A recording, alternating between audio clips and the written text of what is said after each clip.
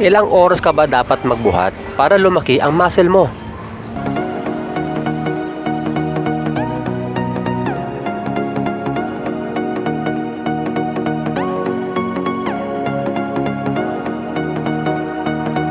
Isa sa mga maling isipan, lalo na ng mga baguhan, na para daw mabilis ang paglaki ng muscle, ay kailangang makarami ka ng exercise o maraming exercise dapat ang magawa mo sa bawat muscle group.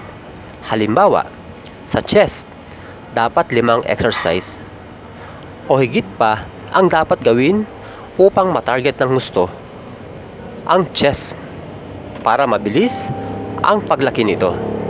Isipin mo, chest pa lang yung ginawa mo, halos 2 oras ka na sa gym.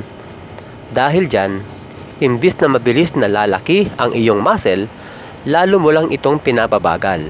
At ang masaklap pa, maaari ka pang ma-injury sa tagal ng iyong pagbubuhat. Dahil hahantong ka sa overtraining.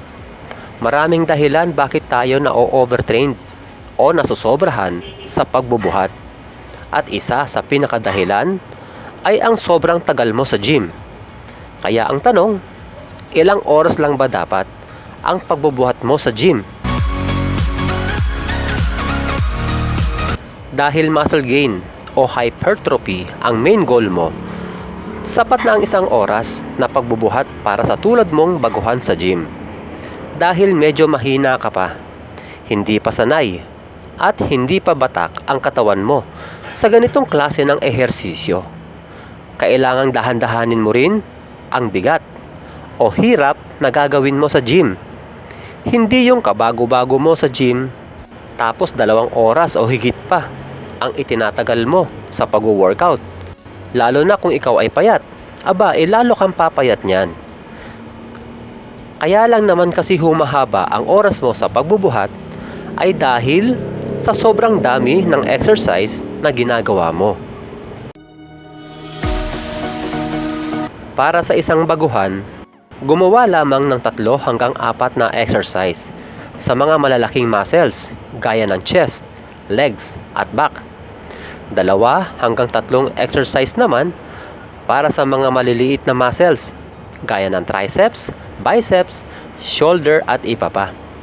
Magbuhat ng 4 na beses lamang kada linggo. Sa 4 na araw na yan, tiyakin mo na 2 hanggang 3 muscle group o muscle part ang magkasama kada araw. Halimbawa, sa isang araw ay chest, triceps at shoulder ang magkakasama.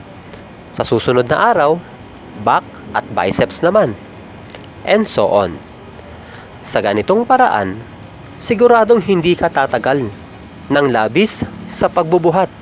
Lalo na kung gagawa ka lamang ng 3 sets at 10 reps sa bawat exercise.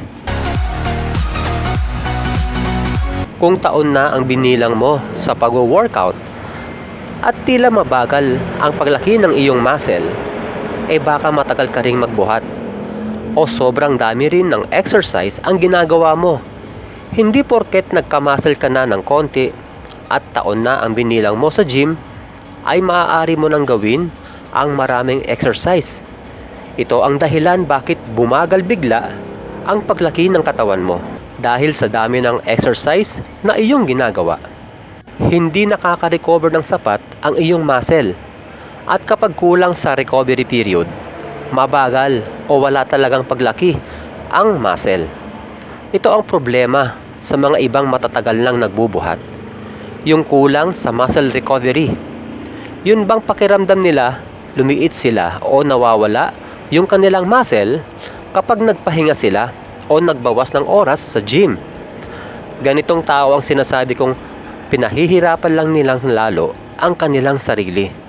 Dahil ang paglaki ng muscle ay hindi nakukuha sa pagbubuhat lamang. Lalong hindi sa paramihan ng exercise o patagalan sa gym. Ito ay sa pamamagitan ng pagkain ng tama, sapat na tulog, at pagbubuhat kung saan hindi ka ma-overtrained. Iwasan ang sobrang gigil sa pag-workout dahil baka hindi mo namamalayan ay napapasobra ka na pala sa iyong ginagawa. Gawing simple ang workout program na mata-challenge pa rin yung muscle mo. At higit sa lahat, magtiyaga at magtiwala sa proseso ng pagpapalaki ng katawan. Dahil hindi ito nakukuha sa biglaan. Hanggang sa muli mga kaprakti. God bless!